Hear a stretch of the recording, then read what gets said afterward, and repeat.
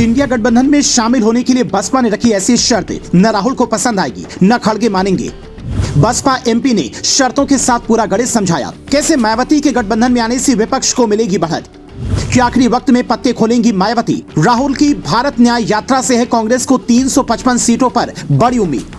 राहुल गांधी उधर 14 जनवरी से भारत न्याय यात्रा की शुरुआत करने वाले हैं। इधर बसपा ने गठबंधन में शामिल होने के लिए बड़ी शर्त रख दी है। बसपा सांसद मलूक नागर ने ऐसा गणित समझाया है कि सुनते ही बड़े बड़े राजनीतिक दिग्गज ये कहने लगे हैं कि अगर ऐसा हो गया तो बीजेपी की जीत फिर आसान नहीं होगी। अब वो गणित क्या है, पहले वो सुनिए, फिर बताते हैं कि राहुल की भारत न्याय यात्रा का कितना फायदा कांग्रेस को मिलने वाला है। बसपा सांसद मलूक नागर ने कहा है, अगर इंडिया गठबंधन सचमुच बीजेपी को हराना चाहता है तो उन्हें मायावती को प्रधानमंत्री उम्मीदवार बनाना होगा। अगर ऐसा नहीं होता है तो फिर मोदी को रोकना किसी गठबंधन के बूते का नहीं है। क्योंकि मलूक नागर मायावती के करीबी माने जाते हैं, इसीलिए इनके बयान को काफी गंभीरता से लिया जा रहा है, क्योंकि इसके आगे वो पूरा समीकरण भी समझाते हैं कि कैसे मायावती के इंडिया गठबंधन में आने से पूरा खेल बदल सकता है। मलूक नागर कहते हैं, अगर विपक्ष के 37 से 38% वोट शेयर में मायावती का 13% वोट बेस जुड़ जाए तो गठबंधन को बड़ी बढ़त मिल जाएगी और ये उत्तर प्रदेश में भाजपा की 44% वोट शेयर को पीछे छोड़ देगा। पूरे देश में उनका वोट प्रतिशत गठबंधन को फायदा पहुंचाएगा और तब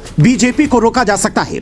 लेकिन मलूक नागर की बात को मानना विपक्ष के लिए आसान नहीं होगा, क्योंकि यहाँ पर एक अनाथ 100 बीमार वाली हालत है। नीतीश अलग रूठे हुए हैं, राहुल अलग खुद को प्रधानमंत्री पद का दावेदार बता रहे हैं और ममता बनर्जी मल्लिकार्जुन खड़गे को प्रधानमंत्री पद का उम्मीदवार बता रही हैं।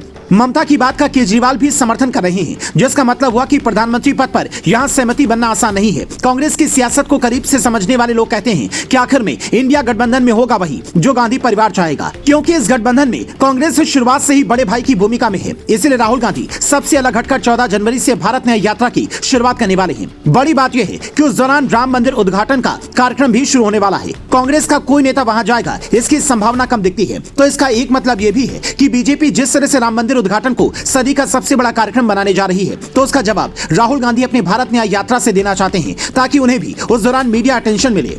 राहुल को भगवान ने शायद ये सद्बुद्धि दे दी कि यात्रा 20 जनवरी को पूरी कर दीजिए, ताकि 22 जनवरी को राम मंदिर उद्घाटन के वक्त पूरा देश उधर ही फोकस रहे। वरना प्रभु श्री राम के अस्तित्व पर सवाल उठाने वाली कांग्रेस 22 जनवरी के दिन भी बड़ा प्रोग्राम रखने से नहीं चूकेगी। यहाँ पर एक बात समझना यह भी जरूरी है कि राहुल का फोकस 355 सीटों पर है। मणिपुर से लेकर उत्तर प्रदेश समेत जिन 14 राज्यों से होकर राहुल की भारत न्याय यात्रा गुजरेगी, वहां लोकसभा की कुल 355 सीटें पड़ेंगी। अब इनमें से आधी सीटों पर राहुल गांधी अगर अपनी पकड़ बना पाए, कांग्रेस को लेकर लोगों में जोश जगा पाए, तो उनके लिए बड़ी बात होगी। क्योंकि आंकड़े कहते हैं कि अगर आज चुनाव हो जाए तो बीजेपी सिर्फ 200 सीटों पर ही आसानी से जीत हासिल कर सकती है। बाकी 343 सीटों पर जीत आसान नहीं होने वाली। इसलिए राहुल गांधी की भारत न्याय यात्रा को हल्के में लेने की भूल बीजेपी बिल्कुल नहीं करेगी। वो भी तब जब मायावती के करीबी सांसद खुलकर ये कह रहे हैं कि अगर मायावती को प्रधानमंत्री पद का चेहरा बना दी तो हम गठबंधन में शामिल हो सकते हैं। ऐसे में बतौर मतदाता आप क्या कहना चाहेंगे? क्या विपक्ष को मायावती की ये बात मान लेनी चाहिए, या सारे मिलकर भी मोदी योगी की जोड़ी का मुकाबला नहीं कर पाएंगे?